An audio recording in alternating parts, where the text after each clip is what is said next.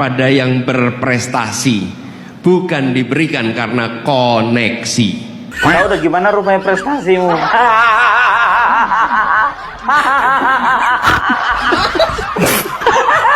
Ngerosot dia gara-gara nggak dapat posisi. Tidak, Anies.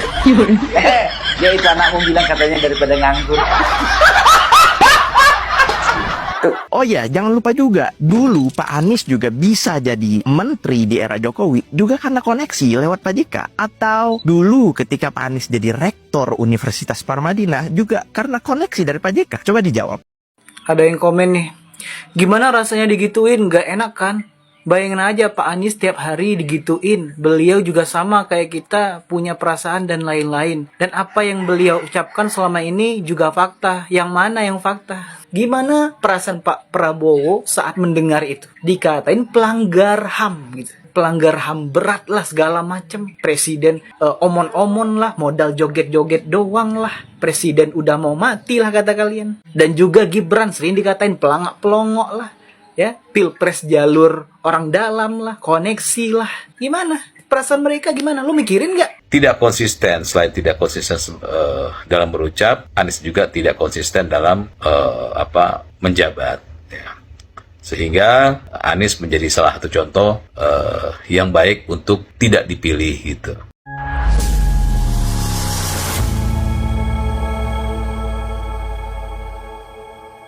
Assalamualaikum warahmatullahi wabarakatuh, saudara-saudaraku sebangsa dan setanah air. Dimanapun kalian berada, semoga kalian selalu dalam kondisi sehat walafiat ya. Berjumpa lagi dengan saya di Gaspol Update. Kami bukanlah buzzer pihak manapun, kami hanya menyajikan keputusan ada di tangan Anda. Teman-teman, ini ada video yang menurut saya cukup menarik ya, yakni tentang Abah yang semakin kesini semakin dirujak netizen. Ya, apalagi gitu loh, kalau bukan karena muncungnya yang tidak bisa dikondisikan. Udah kalah ya kan, malah suka nyinyir ya, gara-garanya ya yang bersangkutan ini nganggur ya. Dan stok rupiah di rumahnya menipis, sementara hutang menumpuk. Dia akhirnya menyindir-nyindir Prabowo yang katanya itu mengangkat pejabat bukan karena kompetensi, melainkan karena relasi. Maksudnya kamu ingin ngomong gitu tah, bahwa dirimu ini punya potensi gitu, dan layak diangkat Prabowo sebagai menteri gitu. Apa kau lupa dengan penilaian 11/100? Lagian apa sih keahlianmu selain ngelubangin jalan di Jakarta? Nah, bagaimanakah videonya dan bagaimanakah respon netizen? Mari kita tonton bersama. Kemudian mari kita komentari bersama di bagian akhir video. Ini dia. Pada yang berprestasi, bukan diberikan karena koneksi. Dan kita tahu banyak sekali hari ini diberikan tanggung jawab bukan karena kompetensi, bukan karena prestasi, tapi karena koneksi. Kapan negeri ini maju kalau tugas-tugas publik diberikan kepada orang-orang yang kompetensinya tidak nyambung, apalagi kompetensinya di bawah standar, diiringi dengan koneksi yang kuat. Akhirnya negara tidak bekerja untuk kepentingan publik, tapi negara bekerja untuk kepentingan koneksi-koneksi yang ada. Tahu udah gimana rupanya prestasimu?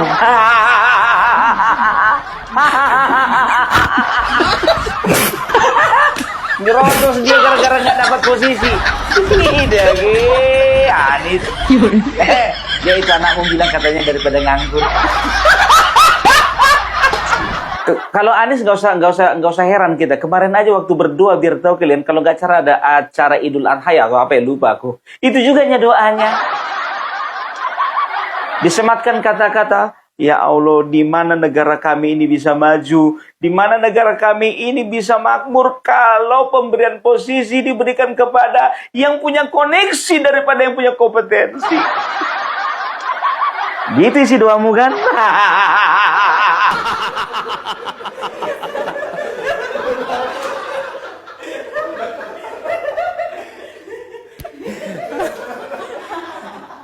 Hahaha. Iya, ulasan Opung Parbelak sangat kocak sekali teman-teman ya, walaupun tidak panjang ya, hanya sedikit tetapi sangat mengocok perut kita semua. Aduh, abah nyerocos saja gara-gara nggak punya jabatan, bikin malu lah ya kan. Tapi yang begini ini ya kan, pengikutnya banyak gitu loh, militan juga ya kan. Lanjut. Di video ini, Pak Anies banyak sekali dihujat oleh netizen, dibully bahkan dikata-katain Anies dengan kata-kata yang menurut saya sangat kasar. Ini bisa kalian lihat komentar-komentar ini. Guys, kalian serius membuli apa yang dilakukan oleh Pak Anies ini?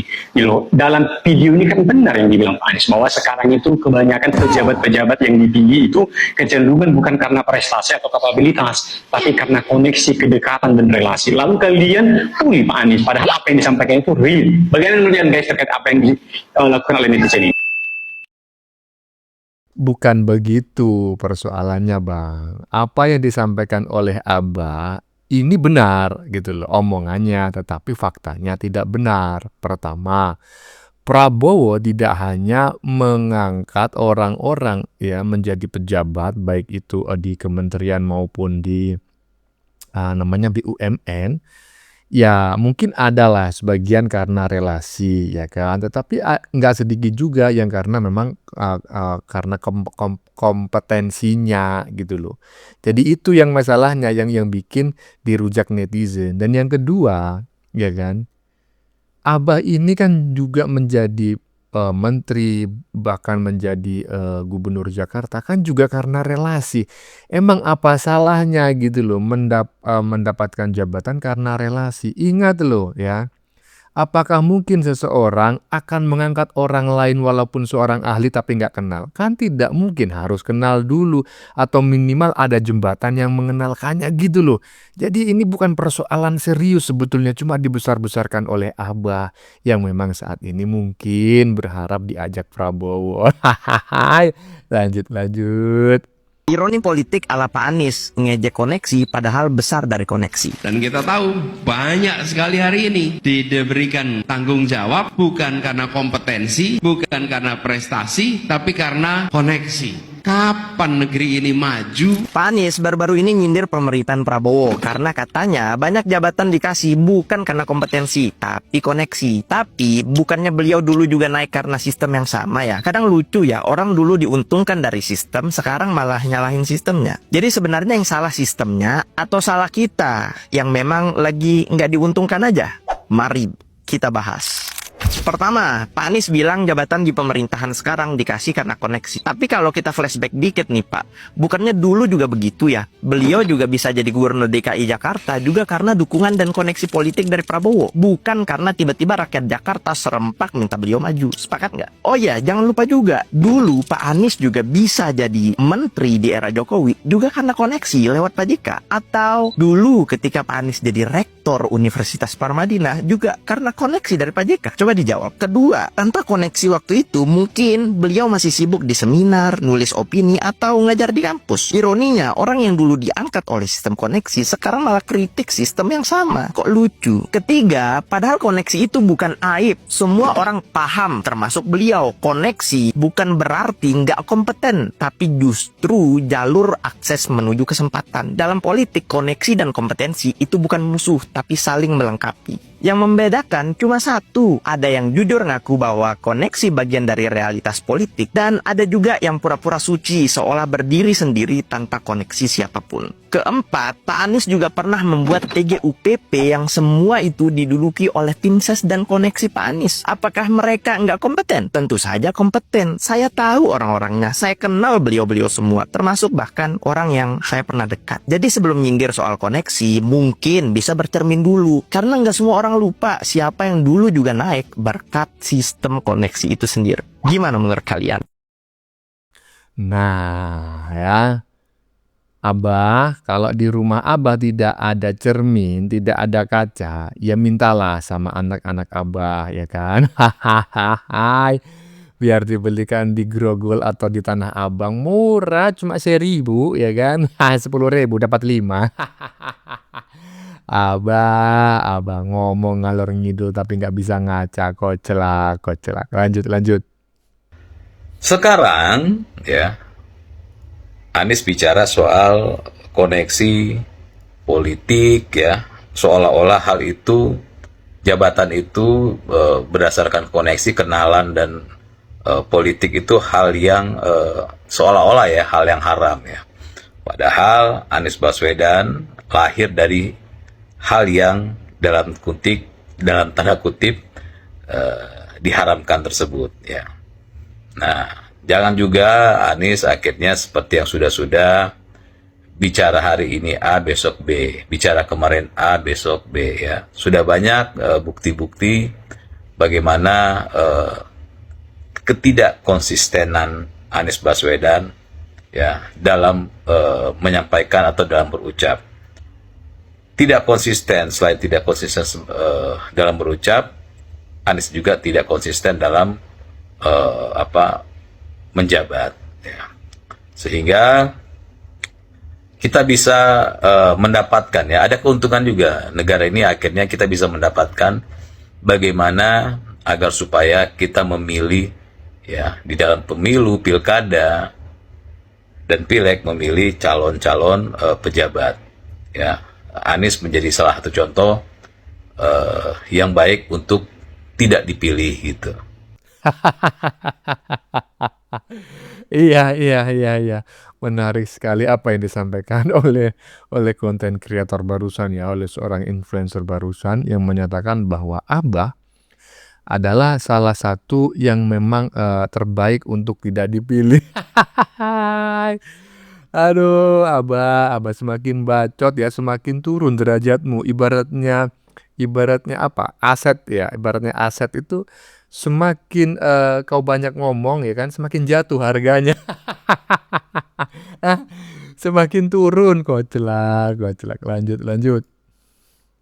Ada yang komen nih, gimana rasanya digituin, gak enak kan? Bayangin aja Pak Anies tiap hari digituin. Beliau juga sama kayak kita, punya perasaan dan lain-lain. Dan apa yang beliau ucapkan selama ini juga fakta. Yang mana yang fakta? Coba sebutin yang mana yang fakta. Yang mana yang fakta, data-datanya mana, buktinya mana, ya. Coba sebutin, di-spill semuanya. Dan lu bilang Pak Anies tiap hari digituin, beliau juga sama kayak kita, punya perasaan. Ya udah, berarti sama. Pak Prabowo, Pak Jokowi, Mas Gibran juga punya perasaan. Ya, sama aja. Kenapa kaum lu, ya, sampai sekarang masih ngurusin Pak Jokowi? Pak Jokowi juga punya perasaan, ya. Sampai sekarang diurusin itu ijazahnya, ya. Sampai ke makam ibunya loh, diteliti. Itu bayangin gimana perasaan beliau. Dan yang kedua, kaum kalian itu suka ngatain Pak Prabowo pelanggar HAM. Gimana itu? Gimana perasaan Pak Prabowo saat mendengar itu? Dikatain pelanggar HAM gitu. Pelanggar HAM berat lah segala macam. Presiden omon-omon lah, modal joget-joget doang lah. Presiden udah mau mati lah kata kalian. Dan juga Gibran sering dikatain pelangak-pelongok lah, ya. Pilpres jalur orang dalam lah, koneksi lah. Gimana? Perasaan mereka gimana? Lu mikirin gak? Lu mikirin satu perasaan orang dibanding 3 perasaan orang. Dan juga gue tanya dari tadi, lu bilang lu ngatain gue rumah gue kayu. Emangnya kenapa kalau rumah kayu? Emangnya kenapa kalau rumah kayu? Ya. Kami ini kebetulan, ya, saya ini kebetulan tinggalnya di Jambi, ya. Di suatu daerah di Jambi. Nah, kebetulan di sini rumahnya kayu semua, ya. Rumah panggung semua, makanya research di Google itu coba lu cari rumah orang Jambi, rumah panggung itu rumah, ya, rumah adat Jambi. Rata-rata panggung rumahnya pakai kayu. Jadi saya bertanya-tanya, emangnya kenapa kalau rumah dari kayu? Kenapa? Apa masalahnya? Apakah kalau rumah dari kayu itu nggak punya duit? Langsung dicap kismin. Terus yang rumahnya beton, keramik itu udah bisa dijamin itu orang kaya, orang berduit. Di sini saja rumahnya yang beton aja ya banyak yang pinjol itu. Alhamdulillahnya saya, walaupun rumah saya kayu, keluarga saya banyak rumahnya kayu, ya alhamdulillah ekonomi saya tercukupi. Jadi lu nggak usah capek-capek ngurusin, mikirin ekonomi keluarga gue, ya. Kan kata kalian kami ini buzzer 150 juta, ya udah. Kami udah punya kerjaan, jadi gak usah diurusin. Jadi tolong lu jawab pertanyaan gue tadi, lu stitch video gue yang ini kalau lu berani, lu gentleman. Gak usah modal bacot di komen ya. Gak usah panjang lebar lu balas komen gue. Lu ngomong, lu stitch video ini, gue mau denger argumen lu. Lu jawab mana yang kata lu fakta, kasih data-datanya, ya sebutin semuanya. Kalau bisa lu balas PT gue ini di depan rumah lu. Jadi para penonton TikTok ini bisa tahu dan bisa lihat rumah lu segimana bagusnya. Kan kata lu tadi lu ngatain gue, rumah gue kayu. Ya udah, gue mau lihat rumah lu, coba. Aduh. Udah salah ya kan. Ngata-ngatain orang rumahnya kayu ya kan. Gimana rasanya digituin ya? Nggak enak kan? Bayangin aja. Abah tiap hari digituin, beliau juga sama kayak kita punya perasaan. Kalau ini saya sepakat karena Abah juga manusia ya. Walaupun mungkin hatinya ya nggak ngerti lah saya ya kan. Yang jelas dia casingnya adalah manusia yang sama-sama punya perasaan. Dan apa yang beliau ucapkan selama ini juga fakta. Yang mana faktanya? Tunjukin faktanya ya, kalau perlu bikin kontennya di depan rumah lu ya kan, biar netizen-netizen yang lain juga tahu bagaimana sih rumah lu sebagus apa, apakah seperti Istana Merdeka ya kan, ataukah ya seperti apa gitu loh ya kan. Soalnya kan dirimu sudah ngata-ngatain netizen barusan yang rumahnya kayu. Lanjut. Assalamualaikum warahmatullahi wabarakatuh. Bulan November yang akan datang, kita akan memulai rangkaian Gathering Nasional Relawan Turun Tangan 2025. Ini merupakan kesempatan bagi kita semua untuk berkumpul, belajar, saling menyapa, berbagi cerita, dan merasakan kembali energi kebersamaan yang membuat gerakan ini terus hidup. Insyaallah di bulan Desember nanti kita akan menutup rangkaian ini bersama-sama di Jakarta lewat Turun Tangan Festival. Sebuah pertemuan besar yang penuh dengan kehangatan dan semangat. Karena itu kami mengajak kepada seluruh relawan dari berbagai daerah untuk yuk sama-sama hadir. Mari kita bertemu di Jakarta, mari kita teguhkan kembali ikhtiar, saling menguatkan dan saling melanjutkan langkah bersama. Kami tunggu teman-teman semua di Gathering Nasional 2025. Salam untuk semua. Berjuang bukan? Hadapi. Assalamualaikum warahmatullahi wabarakatuh.